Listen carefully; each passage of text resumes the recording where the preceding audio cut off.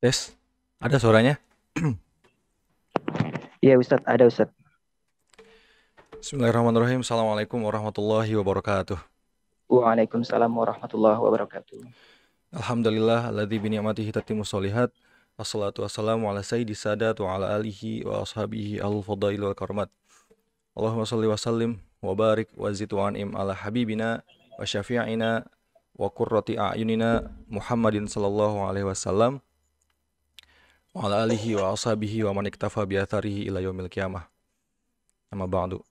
Mungkin nanti ya, sekarang masih pemanasan gitu kan, masih malu-malu buat angkat tangan teman-teman semua. Di sini jadi ada 4 bagian, ada 4 poin utama yang ingin saya sampaikan dalam sesi kita yang berbahagia ini. Yang pertama pastinya kita menyamakan definisi tentang iman itu apa. Yang kedua, kita bakal membahas juga akhir zaman itu apa sejatinya. Karena judul kita ini sebetulnya dua, iman dan akhir zaman. Baru poin yang keempat, bagaimana cara mendialogkan, bagaimana cara kita mendamaikan iman kita dengan realitas-realitas akhir zaman. Ya, bismillahirrahmanirrahim. Iman, kalau kita buka kamus ya, bahasa Arab bahasa Indonesia, artinya keyakinan terhadap sesuatu, percaya gitulah. Tapi sekali-kali teman-teman jangan samakan antara beriman dan percaya. Percaya itu biasanya membutuhkan sesuatu bukti yang logis, ya, bukti yang empiris nyata bisa kita lihat kasat mata. Tapi sekali-kali iman enggak. Saya percaya sama Anda, saya percaya bakal beli barang Anda karena ada testimoni yang luar biasa banyak jualan Anda ini Tokopedia. Saya percaya bahwasanya kalau saya nggak pakai helm, saya bakal kena tilang sama Pak Polisi. Saya percaya kalau saya nerobos lampu merah, saya bakal celaka gitu. Ini sesuatu yang bisa kita buktikan, yang bisa kita saksikan sehari-hari. Tapi coba narasinya dirubah. Saya percaya bahwasanya 1500 tahun yang lalu, ada malaikat makhluk cahaya yang turun kepada seorang yang sedang berdiam diri di gua. Kira-kira bisa dibuktikan nggak? Dengan logik. Ya. Saya percaya bahwasanya kalau saya terus-terusan berlaku zolim, ada satu sudut spesial di setelah mati nanti yang namanya neraka, yang bakal menyiksa saya secara terus-menerus dan pedih di situ. Nah, inilah keimanan. Tapi teman-teman, jangan simpulkan juga bahwasanya kita yang beriman ini nggak butuh semacam bukti gitulah. Ya, ada curhatannya Nabi Ibrahim alaihissalam di Al-Quran yang diabadikan, Robbi arini kaifatuhil mauta. Wahai Tuhanku, bisakah engkau perlihatkan kepadaku bagaimana caranya ngidupin orang mati? Allah nanya kepada Nabi Ibrahim, afalam tu'min? Wahai Ibrahim, apakah engkau belum percaya? Kata Allah Subhanahu wa taala. Maka dijawab sama Nabi Ibrahim, bala, walakin lihat ma'inna kolbi. Tapi supaya hati ini terasa lebih tenang. Lebih mantep lah gitu bahasanya.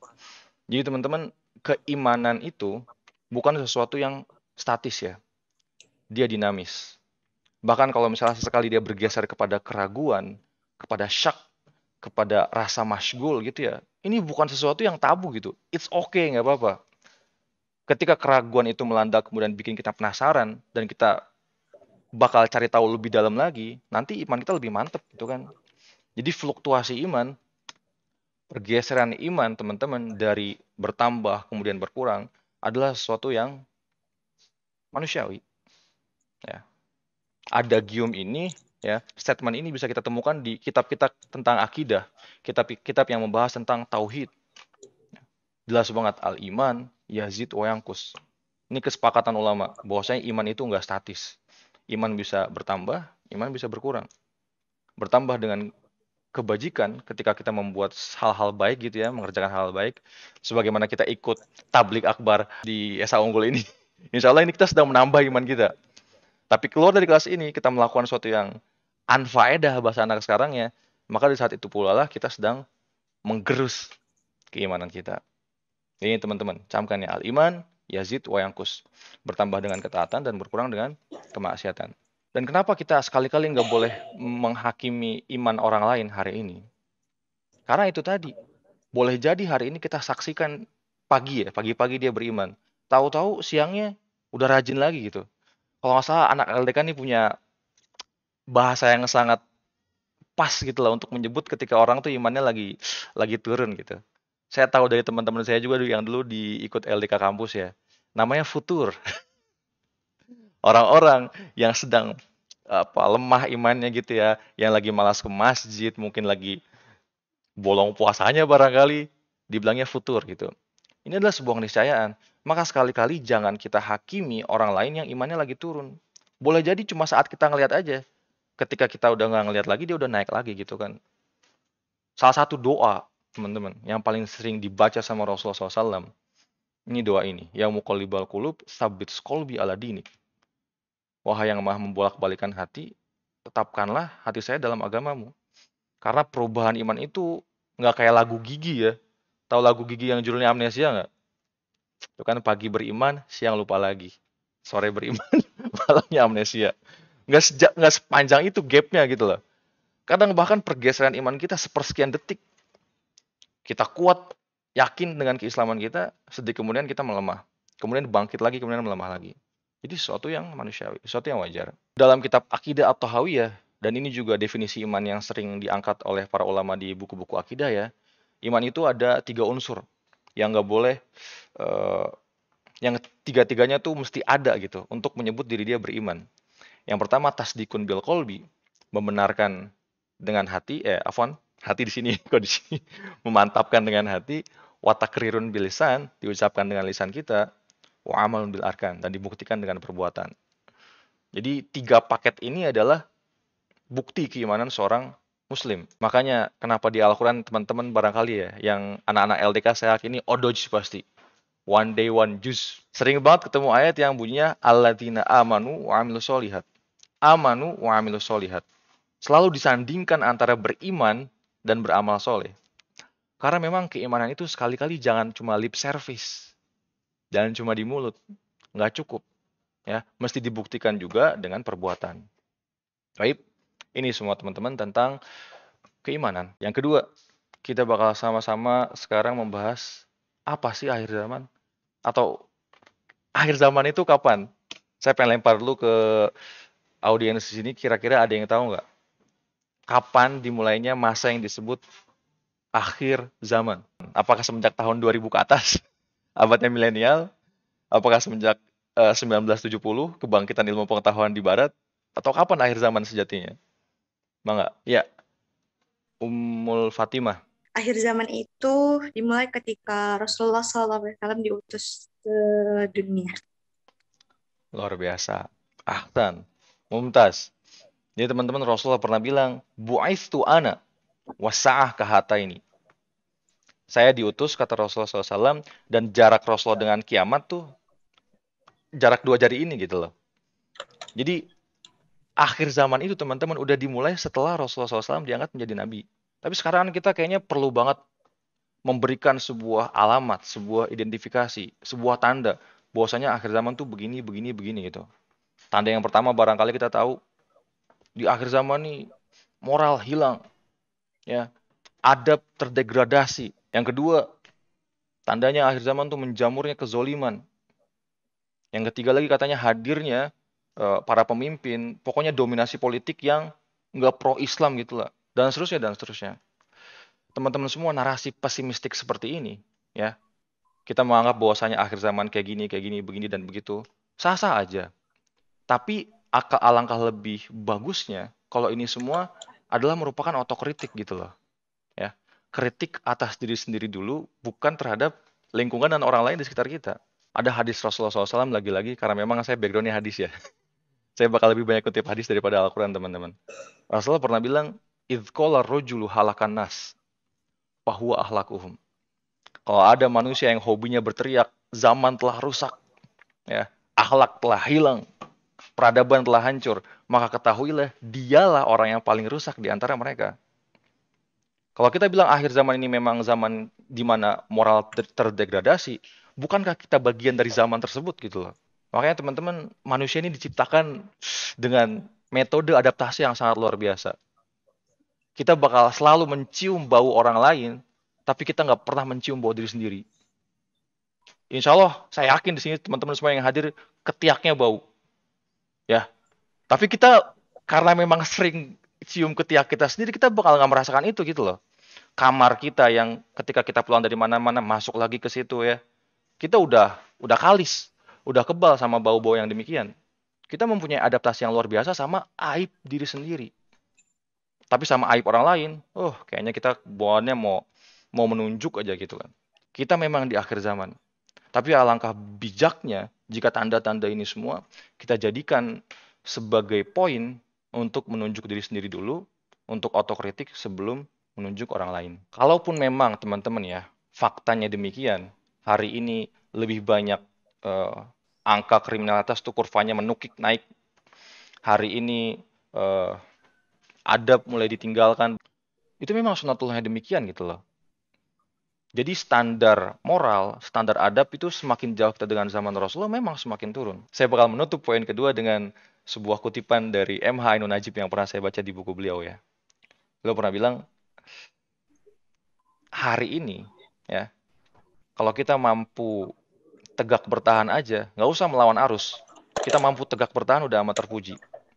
Kalau ada orang sholat ratusan rakaat per hari di zamannya Rasulullah dulu, zaman dimana baldatun thayyibatun warabun ghafur, ya, negeri yang gemah ripah loh jinawi.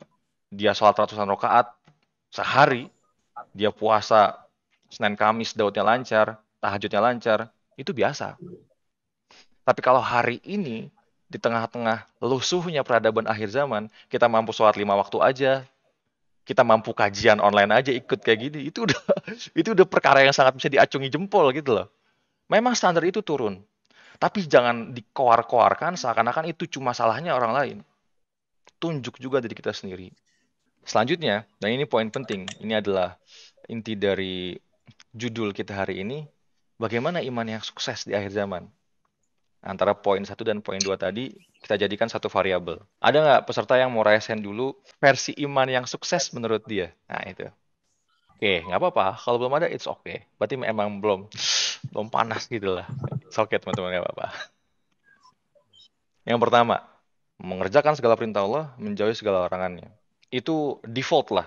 Itu udah pengaturan pabrik bahasa HP-nya mah. Kita semua insya Allah tahu itu. Tapi apa yang perlu kita dialogkan antara iman kita dengan fakta realitas hari ini? Teman-teman tahu mungkin ada liberalisme, komunisme, sekularisme. Kalau isme-isme itu ditabukan, dimitoskan sama masyarakat awam, it's okay lah, nggak apa-apa. Tapi kalau sampai teman-teman mahasiswa nih, yang memang akademis, kemudian menganggap isme-isme itu ideologi-ideologi semacam hantu juga, yang bahkan kalau menyebut namanya bakal melemahkan iman, jangan sampai teman-teman. Bukti bahwa keyakinan kita akan Islam itu benar, bukti bahwa kuatnya keimanan kita adalah berani untuk membandingkan apa yang kita yakini sebagai kebenaran dengan ideologi-ideologi tersebut. Karena ini sejatinya teman-teman yang sering banget saya temukan gitu loh. Kita menganggap sesuatu yang dari barat, produk Amerika, Yahudi, itu tuh sesuatu yang bahkan disebut namanya pun nggak boleh gitu loh. Nanti ketika umat Islam hanya berkutat pada keyakinannya sendiri, kebenarannya sendiri, akan terjadi yang namanya ideological rupture, kemandegan. Kita bakal jalan di tempat. Ya. Kita ketika meminta orang lain untuk percaya dengan Islam, nyebutnya ayat Al-Quran sama hadis lagi. Itu betul. Tapi kalau misalnya kita nyuruh mereka percaya dengan Islam, dengan ayat dan hadis yang mereka nggak percaya juga, ini perdebatan yang sirkular gitu loh, perdebatan yang bakal muter-muter terus di sini. Maka teman-teman semua, saya sarankan nih, apalagi untuk teman-teman mahasiswa, jangan sekali-kali punya rasa xenofobia, takut terhadap sesuatu yang asing, yang bukan di arus utama keyakinan kita gitu loh. Komunisme, sekularisme, liberalisme, apapun, seaneh-aneh apapun itu, ketika antum jadi mahasiswa, ini tempatnya buat tahu. Ini saatnya buat tahu. Ya. Dan sebagaimana tadi yang saya sebutkan di awal, rasa masyghul, rasa ragu, walaupun cuma seberat zarah gitu ya, teman-teman, setitik, itu sesuatu yang lumrah, sesuatu yang wajar.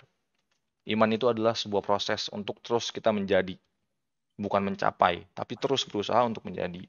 Jangan pernah menyatakan ada dikotomi antara ilmu-ilmu barat sama ilmu-ilmu Islam. Mana yang produk orang-orang muslim, mana yang produk-produk orang barat. Kalau hari ini kita masih ada dualisme seperti itu dalam melihat segala sesuatu, kita bakal jalan di tempat, teman-teman. Ya. Kita bakal sukses keimanan kita kalau kita mampu mendamaikan antara keyakinan kita dengan realitas yang ada hari ini.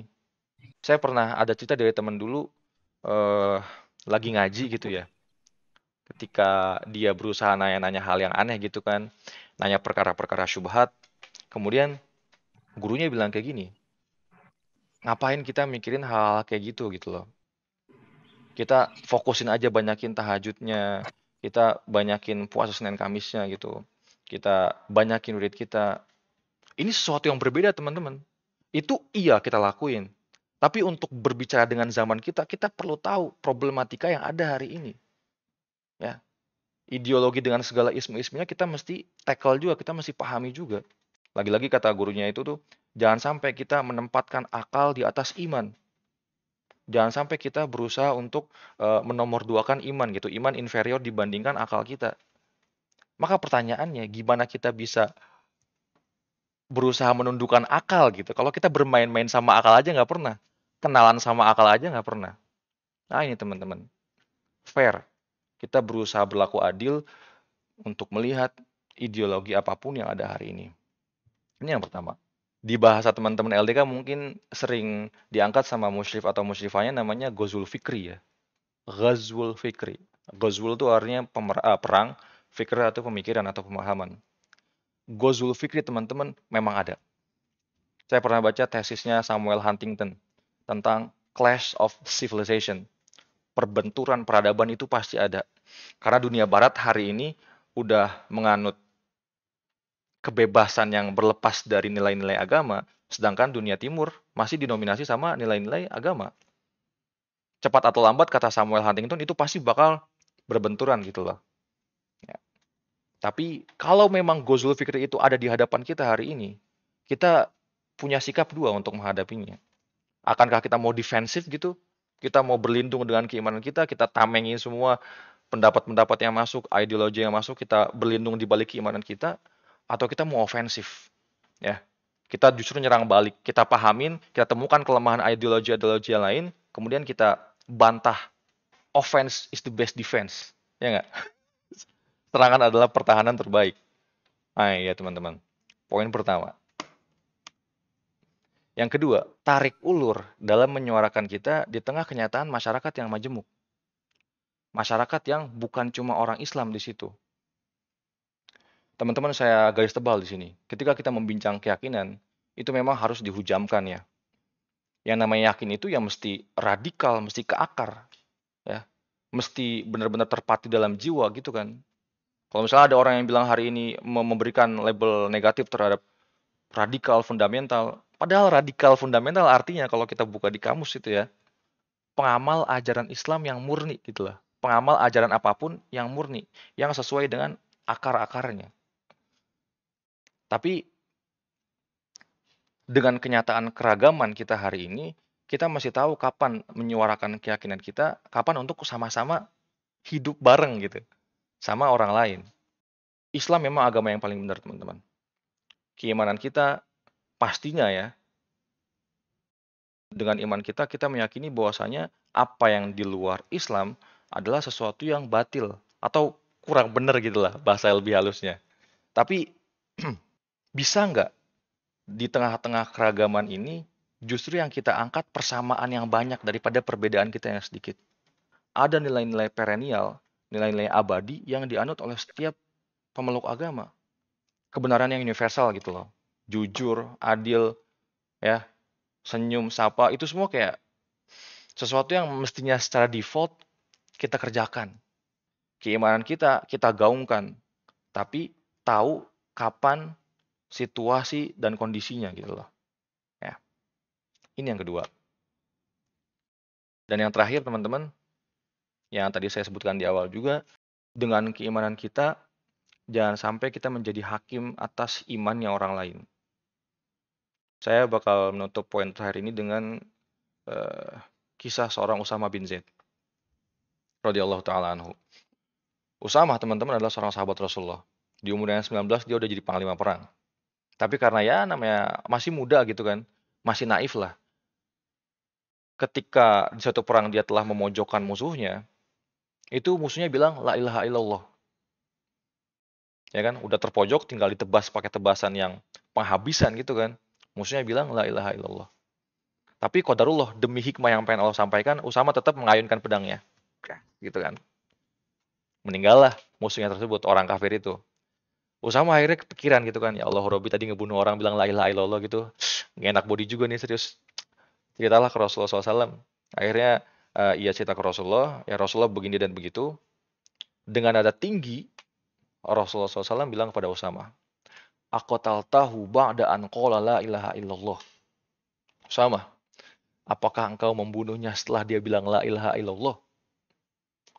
Usama diam teman-teman semua. Itu pertanyaan dari Rasulullah itu pertanyaan retoris ya. Rasulullah nggak minta jawaban apapun dari Usama kecuali ya rasa bersalah gitu kan. Kecuali guilt, rasa menyesal dan rasa bersalah. Usama tetap diam. Sampai Rasulullah ulangin 3 kali. Aqataltahu ba'da an qala la ilaha illallah. Akhirnya Usama mencoba untuk berargumen. Ya Rasulullah, karena muta'awidan. Wahai Rasul, dia ini cuma berlindung dari pedang saya. Dia cuma takut sama pedang saya, makanya dia bilang kalimat tahlil. La ilaha illallah. Lagi-lagi Rasulullah bertanya dengan pertanyaan yang retoris. Apakah telah engkau belah isi hatinya, sehingga engkau tahu bahwa syahadatnya palsu? Ya. Usama lagi-lagi nggak bisa jawab. Usama bilang, tamanna itu anni lam aslam tu qabla dzalikal yaum. Saya umpama orang yang baru masuk Islam hari itu ketika diomelin Rasulullah SAW. Ya. Mafhum muwafaqahnya apa di sini teman-teman? Jangankan orang yang apa bahasanya ya, masih belum lengkap, masih belum sempurna menjalankan syariat. Orang yang di medan perang aja teman-teman nih, ya, di arena baku hantam gitu kan, dia mengucapkan kalimat la ilaha illallah, itu udah adalah batas haramnya kita untuk menodai kehormatan dan darah orang tersebut. Hari ini jangan sampai kita lebih galak dengan keimanan yang kita punya sama saudara umat Islam sendiri gitu loh. Kita memang kata Allah Subhanahu wa taala kuntum khairu ummatin ukhrijat linnas. Kita adalah sebaik-baik makhluk ya, sebaik-baik umat yang dikeluarkan untuk manusia. Ta'muruna bil ma'ruf wa tanhauna 'anil munkar. Ya. Tapi jangan sekali-kali kita jadikan ayat ini justifikasi untuk melupakan adab, untuk melupakan etika ketika mengajak orang-orang lain untuk sama-sama beriman. Ya. Dalam ayat lain Allah bilang ud'u ila sabili rabbik bil hikmah. Yang pertama kalau kita pengen ngajak orang lain, pengen berdakwah sama orang lain, teman-teman pakai contoh dulu, pakai kebijaksanaan, baru lisan, nasihat, wal mau'izah al hasanah. Jadi selalu usahakan ketika berusaha mengkonvert orang-orang lain masuk ke barisan kita supaya menambah keimanannya dengan cara yang pertama tadi, hikmah. Ya.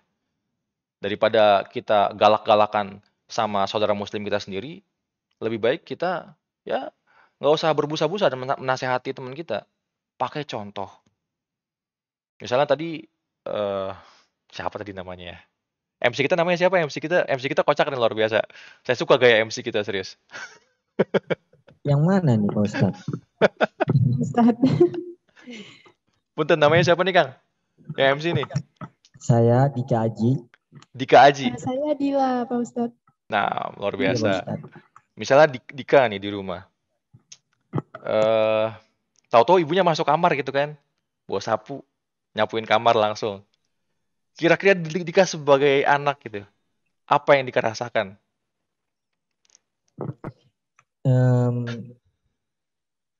Kayak mungkin sedih kayaknya Pak Ustadz ya.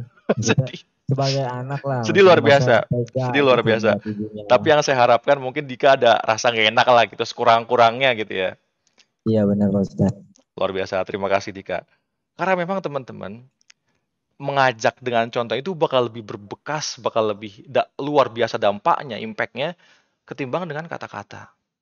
Ketimbang kita menasehati orang lain gitu kan. Karena teman-teman ketika kita berusaha untuk membincang moral sama orang lain, itu orang bakal ngeliat kita siapa.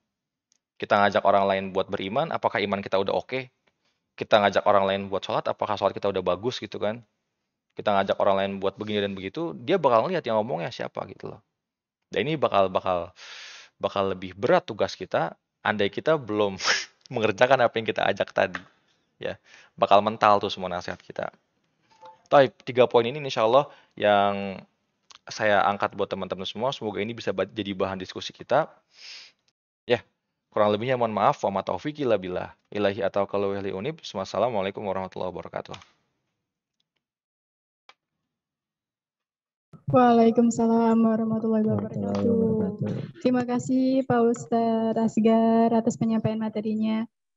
Berarti itu kalau tentang tema kita yang meraih kesuksesan iman di akhir zaman itu, kita kan membahas tadi awal-awal Ustadz Asgar tentang iman dan percaya. Bahwa itu kalau iman itu ada bukti. Maksudnya kalau iman gak butuh bukti, maaf. Kalau yang percaya itu kita perlu bukti. Jadi iman dan percaya itu tentu beda. Tapi kalau misalnya iman, udah pasti kita percaya. Kayak kita percaya kepada Allah, percaya kepada malaikat. Bener nggak, Ustadz? Luar biasa. Mumtaz.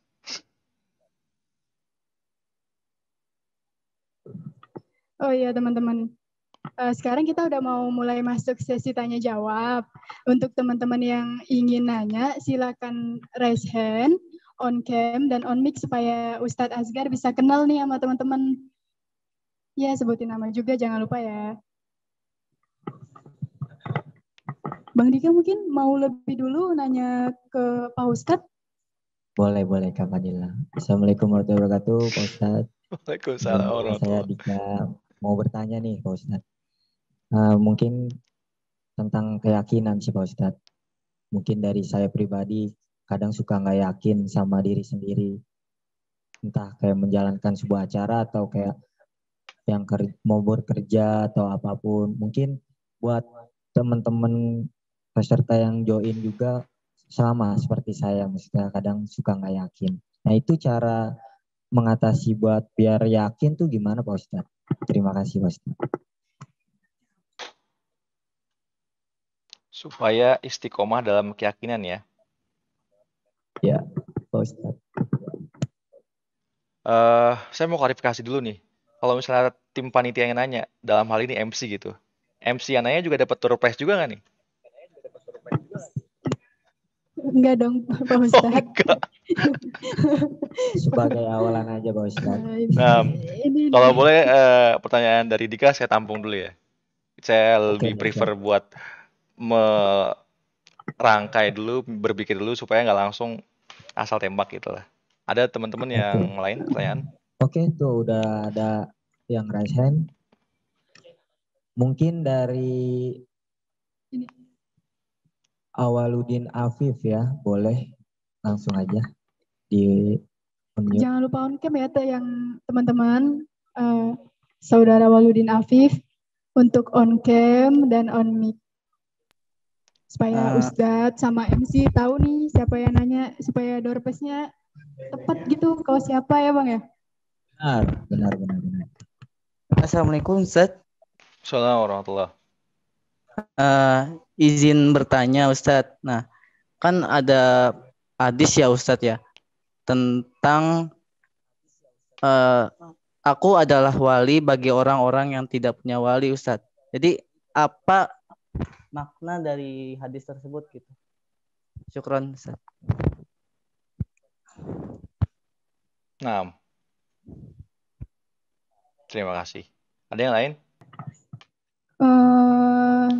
Mungkin Kak Sadia Agatha bisa on cam dan on mic supaya Ustadz tahu pertanyaannya apa yang mau ditanyakan.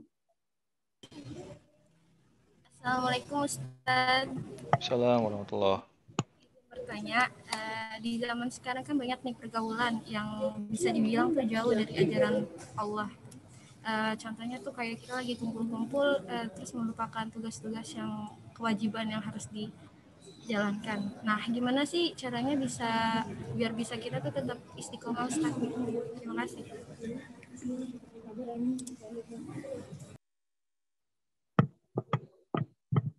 Nah, 3 dulu kali ya. Iya Ustadz, 3 dulu aja kan Ustadz. Oke. Bismillah, dari pertanyaan Dika dulu tadi. Sejatinya pertanyaan Dika sama pertanyaan Sadia ya, mirip. Cuma nggak apa-apa lah. Karena tadi konteksnya Sadia itu kan istiqomah ketika kumpul-kumpul sama kawan gitu kali ya. Bismillah, dari pertanyaan Dika dulu. Bagaimana supaya kita istiqomah dalam keyakinan? ada ayat firman Allah lain, surat Al-Anfal ayat 2 teman-teman bunyinya, innal malladzina amanu idza dzukirallahu wajilat qulubuhum wa idza tuliyat 'alaihim ayatuhu zadatsum imana. Ini poin pertama yang saya bahas tadi tentang definisi keimanan. Bahwasanya ada ya cara-cara untuk bikin iman itu terus bertambah gitu lah. Ketika bertambah, pastinya keyakinan juga bakal ya di posisi stabil lah gitu. Kalau misalnya motor tuh gigi 1 sampai gigi 5, dia sekurang-kurangnya turun cuma di gigi 3. Nggak bakal ke gigi 1. Ya. Gimana caranya? Lagi-lagi bitoah. Kalau berangkat dari ayat tadi, dengan cara sering mendengarkan ayat Al-Quran, teman-teman. Idza dzukirallahu wajilat qulubuhum wa idza tuliyat. Ketika dibacakan Al-Quran tadi sama Ustadz Muhammad Ihsan, kalau nggak salah yang baca Al-Quran bukan? Kak Ihsan. Ya, itu adalah sarana kita untuk terus mempertahankan keimanan yang kita punya. Kalau memang nggak bertambah, sekurang-kurangnya stabil gitu loh. Saya yakin teman-teman kalau misalnya lagi mendengarkan ayat Al-Quran dengan syahdu gitu ya, apalagi bacanya bagus kayak Kak Ihsan tadi, kita mikirin sesuatu yang anfaedah pas ngedengerin itu kayaknya nggak mungkin gitu loh. Kita pasti bakal memikirkan yang baik-baik.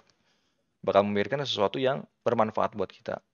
Nah disinilah, di ruang hening ini, di ruang yang sangat tenang ini, kita bakal berusaha untuk terus menjaga keyakinan kita. Ini pertanyaan Afwan, ini jawaban untuk pertanyaan Dika ya. Baik, makasih Pak Ustadz. Afwan. Yang kedua saya jawab dari Sadia. Bagaimana caranya ketika kita kumpul-kumpul nih, banyak yang terlupakan tuh ya, tapi kita tetap pengen istiqomah sama kewajiban kita lah sebagai seorang muslim. Rasulullah SAW pernah bilang, almar'u ala dini khalilih. Manusia, ya selain dipengaruhi oleh orang tuanya, oleh lingkungannya, tapi justru yang Rasulullah angkat di sebuah hadis adalah agama kita, iman kita dalam hal ini tergantung sama iman kawan kita. Kalau kita kumpul-kumpul sama kawan-kawan yang doyan mengabaikan tugasnya, ya kita bakal ikut gitu loh. Dalam hadis lain Rasulullah bilang kalau kita berkawan sama penjual minyak wangi, kita bakal kena harumnya gitu kan. Kita berteman sama pandai besi, kita bakal kena debu atau kotornya. Tapi kadang-kadang kita menjadikan ayat ini seakan-akan kita yang penjual minyak wangi gitu ya. Kalau kita lagi baca hadis ini seakan-akan kitalah penjual minyak wanginya. Kritik diri kita sendiri. Siapa tahu kitalah pandai besinya yang bikin teman-teman kita melupakan tugas-tugas mereka. Nah ini teman-teman ya. Jangan melulu merasa bahwa kita adalah moral kompas di grup kita. Siapa tahu kita yang ngajak teman-teman kita untuk melalaikan tugas-tugasnya. Nah ini pertanyaan untuk Sadia. Semoga terjawab. Yang terakhir dari Awaludin Afif. Hadis ini, sependek pengetahuan saya Afif ya, ini sedang menyoal orang-orang yang mau menikah. Kenapa kesini Awaludin pertanyaannya? Orang yang menikah dan dia nggak punya wali. Karena sebagaimana kita tahu dulu ya, nyawa di zaman Rasulullah SAW itu sesuatu yang biasa-biasa aja gitu loh. Hilang ketika perang, hilang ketika dibegal di jalan, karena memang hukum nggak ada. Teman-teman, kenapa bangsa Arab ini sangat keras gitu ya? Bahasa Arab di Al-Quran tuh pakai kata-kata uktuluh, perang, bunuh gitu. Karena memang dihadapkan sama bangsa yang keras juga. Nah, ketika mereka terbunuh gitu kan, meninggalkan anak-anak yang banyak, siapa wali nikah mereka? Maka Rasulullah SAW bilang, man kana la waliyalah fa ana waliyuh. Siapa yang nggak punya wali, maka kata Rasulullah SAW, sayalah yang menjadi wali mereka. Ini buat Awaludin Afif, semoga terjawab. Ini kayaknya mau nikah Awaludin nih. Biasanya tema-tema ini nih bakal nyerempet-nyerempet sama hijrah nikah gitu nggak? Semoga terjawab. Boleh nambah pertanyaan lagi nggak, Pak Ustadz? Boleh. Ini saya bakal menjawab pertanyaan sesuai dengan door prize yang tersedia. Ya. Mungkin boleh nih dari Bang Ridho Satria. Mangga. Ingin bertanya apa nih Bang? On cam ya Bang, sama on mic. Bismillahirrahmanirrahim. Assalamualaikum Ustadz. Salam. Nah, saya ingin bertanya mungkin ini lebih kepada apa ya? Misalnya kan kita dulu kayak punya teman gitu kan SMA. Terus kita tahu kalau dia itu kayak rajin sholat, rajin ibadah. Cuma seiring berjalan waktu kayak di zaman modern sekarang kayak Ustadz tadi bilang paham-paham tentang liberalis, komunis dan segala macam mulai masuk gitu. Jadi yang tadinya teman kita kayak rajin ibadah, rajin sholat, sekarang tuh kayak udah mulai jarang gitu. Kewajiban kita sebagai teman buat mengingatkan mereka juga udah dijalanin, tapi dia kayak bilang selama dia tidak merugikan orang lain, ya kenapa harus kita harus ikut campur urusan mereka gitu. Mungkin ada cara nggak Ustadz atau tips buat kita kayak mengajak mereka buat kembali lagi beribadah seperti itu. Syukran Pak Ustadz. Nah, terima kasih Do ya. Iya, sama-sama Pak Ustadz.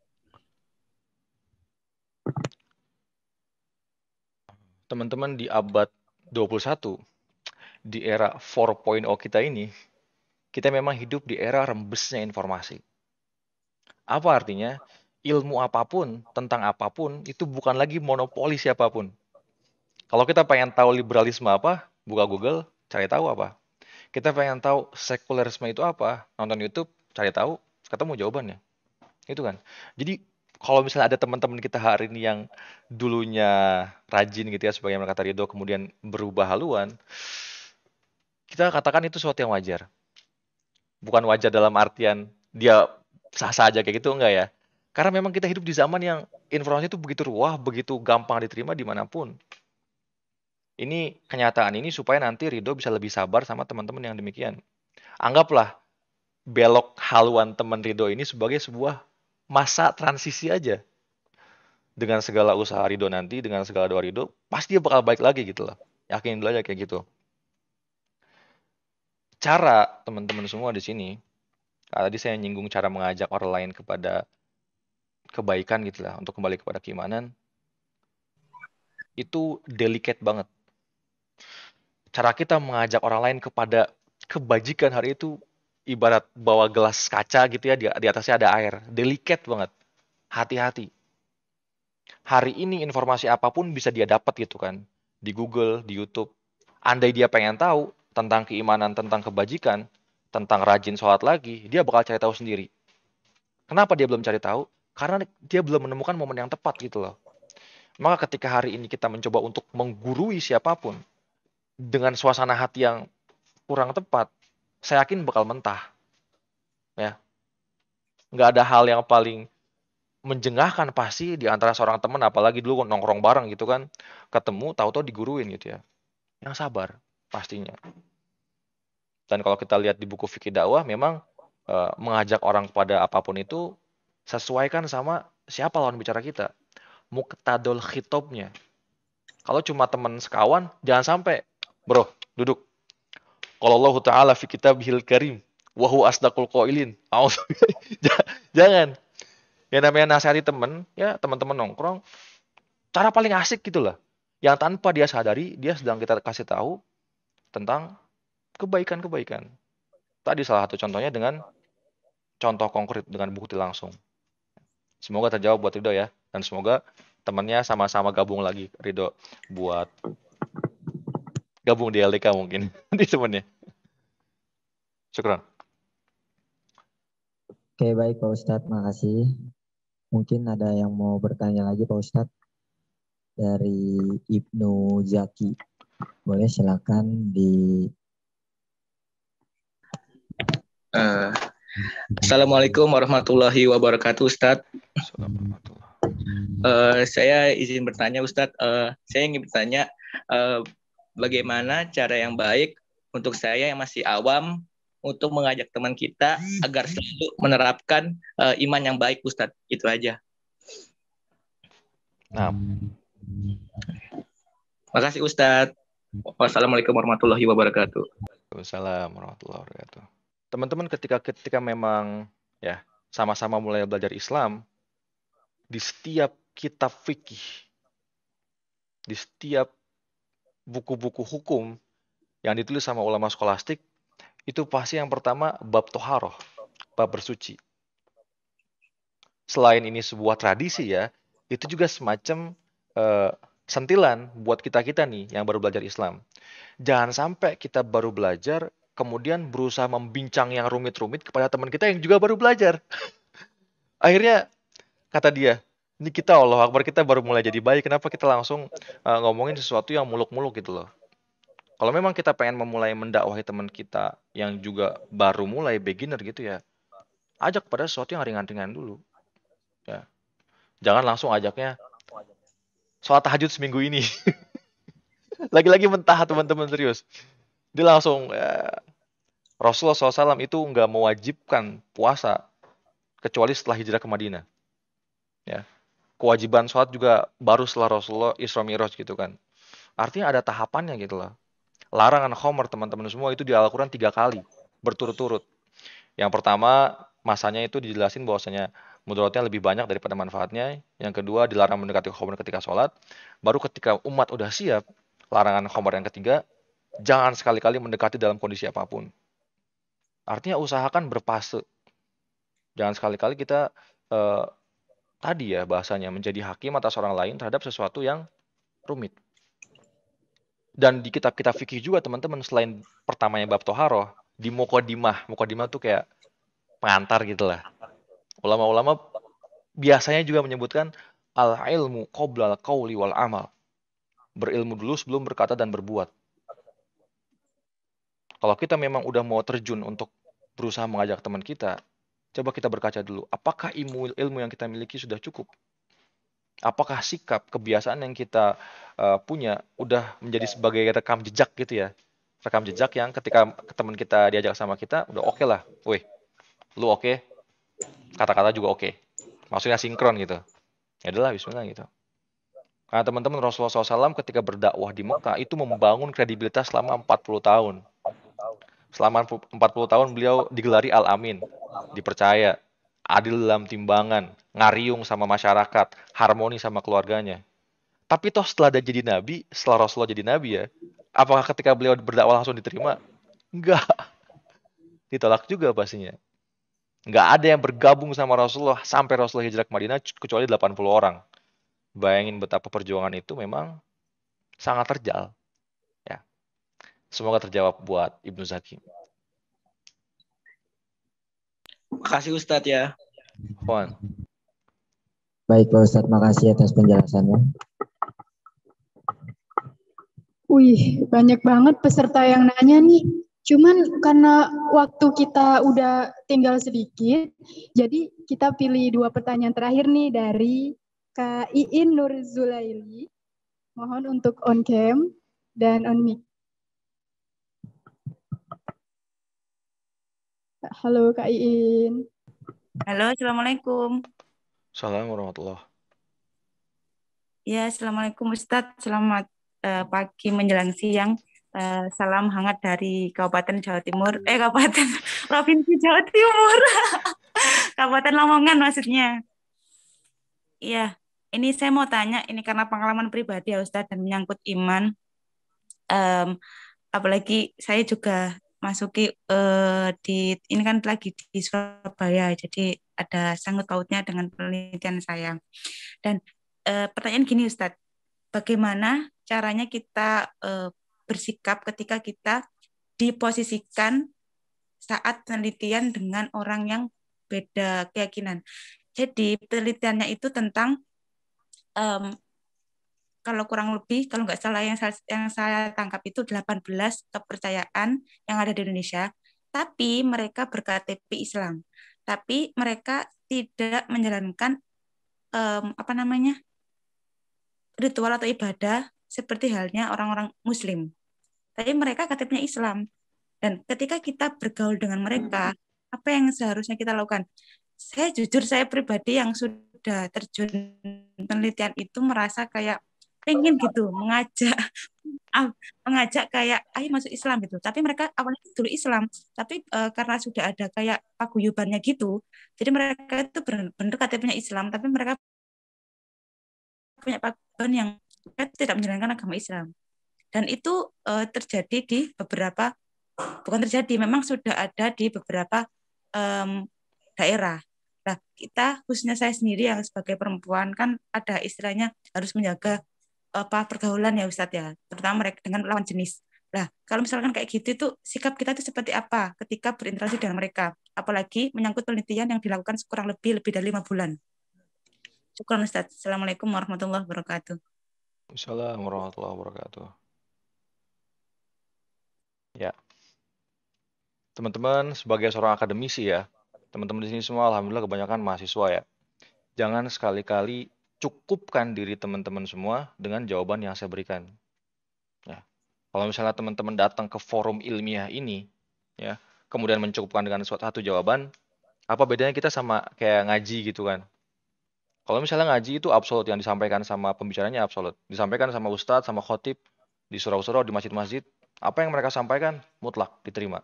Tapi di forum akademis seperti ini, karena saya yakin teman-teman juga udah mampu berpikir kritis sendiri, kalau nggak setuju mah nggak. Kalau nggak setuju sama saya jawaban yang saya berikan, maka teman-teman kaji lagi. Yang pertama, memang ada Islam KTP bahasanya ya. Dalam bahasa yang lebih kemelitinya, Ibu, saya gunain bahasa Jawa nih ya. Bahasa yang lebih kemeliti, Clifford Geertz itu seorang orientalis yang pernah tinggal di Indonesia lama, membagi umat Islam di Indonesia ini menjadi 3. Yang pertama kaum abangan, yang kedua kaum santri, yang ketiga kaum priai. Nah, orang-orang Islam KTP ini dalam bahasanya Geertz disebut dengan Islam abangan. Kejawen mungkin bahasanya, Bu ya. Mereka yang Islam tapi ya ritual-ritual atau liturgi yang mereka kerjakan berbeda atau bahkan nggak sama sekali gitu. Dalam menyikapi perbedaan, memang opsinya nggak banyak. Karena kalau kita yakin kita benar, dia yakin dia benar, terus apakah mau dibenturkan gitu? Pastinya enggak kan? Maka saran saya pastinya jalan beriringan. Ibu tetap pastinya bermuamalah dengan baik sama orang-orang. Ini kalau boleh tahu orang Muslim masih orang Muslim, Bu. Bukan orang yang berbeda agama, kemana maksudnya? Masih orang Muslim tapi cuma nggak sholat aja gitu ya. Mic-nya Ibu, mic-nya dimatiin. Mic-nya di open dulu. Karena yang diakui di Indonesia itu kan cuma 6 agama. Nah, itu aliran kepercayaan gitu, Ustaz. Jadi kepercayaan paguyuban apa gitu kan. Nah, Dan tapi akhirnya dia disuruh milih dari 6 agama yang diakui di Indonesia itu, kamu suruh milih mau nganut agama apa gitu. Jadi KTP-nya Islam tapi dia nggak menjalankan agama Islam gitu. oh iya. Jadi sejatinya di Al-Quran ada ayat yang bilang lantar do angkal Yahudu wal Nasoro hatta tatabiya milatahum. Ya, walaupun disampaikan secara tegas bahwasanya orang-orang yang di luar Islam ya, tidak akan rela sama kita sampai kita mengikuti mereka. Toh dari bentangan sejarah yang kita baca, gimana sikap Rasulullah sama orang-orang yang berbeda keyakinan. Baiknya setara gitu. Baiknya sama ke semua orang. Orang Yahudi yang dulu selalu mengejek Rasulullah SAW, bahkan menaruh kotoran di rumah Rasulullah, tapi ketika sakit dibawain sup. Akhirnya dengan gestur-gestur seperti itu, dia masuk Islam. Tanpa disebutin ayat, tanpa disebutin hadis. Cuma dengan sebuah kebaikan. Bu tadi bilang ini selama 5 bulan ya. Yang namanya penelitian memang begitu pasti ya. Tapi selama itu hubungan yang profesional, kita kalau emang sama lawan jenis tetap dalam rangka penelitian gitu ya, minta data, minta argumen, itu pasti dibenarkan dalam Islam. Islam tidak pernah menjadi sekat antara kita sama sebuah kemajuan peradaban. Ya, semoga terjawab Ibu. Afwan kok saya manggil Ibu sih? Mbak ini, Mbak Iin, maaf. Mahasiswi juga kan? Mahasiswi. Iya, terima kasih Ustadz jawabannya. Terima kasih Pak Ustadz atas penjelasannya dan terima kasih juga Kak Iin, pertanyaannya keren banget ya Bang ya. Mantap. Iya, karena pengalaman pribadi sih, jadi penasaran. Dulu tuh sempat ngumpulin kalau dulu dan tanya beberapa ustadz dulu ini dilakuin apa enggak ya gitu. Kok kayak takutnya tuh imannya bakal gitu tadi Ustadz. Bakal kegoyang atau gimana gitu. Soalnya kan nggak seiman, bukan nggak seiman gitu. Jadi tapi mereka tetap alhamdulillah baik dan mendukung gitu. Dan alhamdulillah. Makasih Ustadz. Afwan Bu. Makasih Kak Iin. Oke, baik. Untuk masuk pertanyaan terakhir nih, ada dari Kak Fauziah Ajizah. Oh maaf, Ajizah Fauziah kebalik. Ya apa? Alhamdulillah kebalik. Bismillahirrahmanirrahim. Sebelumnya terima kasih atas kesempatan yang telah diberikan. Nah, terkait tema tablik akbar kita hari ini yaitu meraih kesuksesan di akhir zaman. Nah, kalau menurut saya pribadi, hal itu bisa dihubungkan perihal kiat-kiat menempuh jalan ketaatan. Nah, sebagaimana yang kita ketahui atau sebagaimana yang kita sadari bahwasanya iman kita itu kadang naik, kadang turun, kadang tercas full, kadang low. Dan yang ingin saya tanyakan, mungkin Ustadz punya tips atau kiat-kiat agar kita bisa istiqomah atau iman kita bisa konsisten tercas full, apalagi sekarang itu banyaknya godaan-godaan atau peluang-peluang maksiat itu semakin besar. Nah, seperti itu Ustadz. Syukron. Afwan.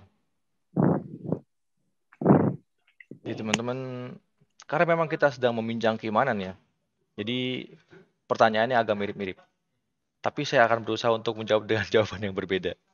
Kita bisa mengukur diri kita teman-teman semua sekarang. Walaupun nggak ada yang namanya imanometer. Ya. Nggak ada alat buat mengukur keimanan. Sejatinya kita tetap bisa mengukur hari ini kita sekarang sebenarnya udah istiqomah apa enggak sih? Ya. Ada bukan sebuah hadis ya, ini sekedar kaul ulama. Ada giumnya begini bunyinya. Alamatu tuqbalul hasanatun ba'da. Salah satu tanda bahwasanya kebaikan kita adalah sesuatu yang diterima sama Allah Subhanahu wa taala adalah kebaikan setelahnya. Jadi kalau misalnya kita udah merasa beriman hari ini, jangan sampai berhenti di situ. Istiqomah itu artinya continue. Kalau memang kita yakin bahwasanya kita udah beriman, jangan sampai kebaikan itu terputus.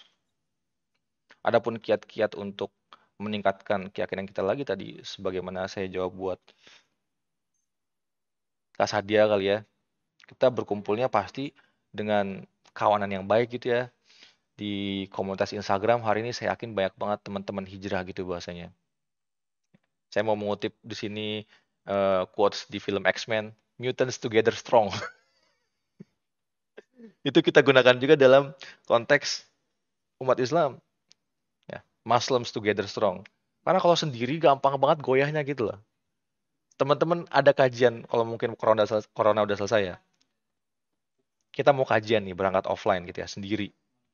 Ya Allah Robby, godaannya pasti banyak banget. Tapi ketika kita lagi futur nih, malas di rumah diajak kajian sama temen, 3 orang yang ngajak. Kayaknya asik-asik aja gitu, fine-fine aja. Karena kita yakin bahwasanya berangkatnya udah seru gitu kan, bareng-bareng, duduk ya bareng-bareng. Jadi selalu libatkan kita dalam sebuah circle yang positif. Jadi teman-teman, ini nggak berarti kalau misalnya sekarang di circle negatif, kita langsung mutus hubungan sama teman-teman yang kayak gitu ya. Langsung keluar, nggak asik gitu nongkrong lagi, jangan. Mahlan, pelan-pelan dalam mengerjakan segala sesuatu. Semoga terjawab buat Kak Aziza Fauziah ya. Syukron Ustaz. Afwan. Terima kasih Kak Fauziah tadi ya Bang?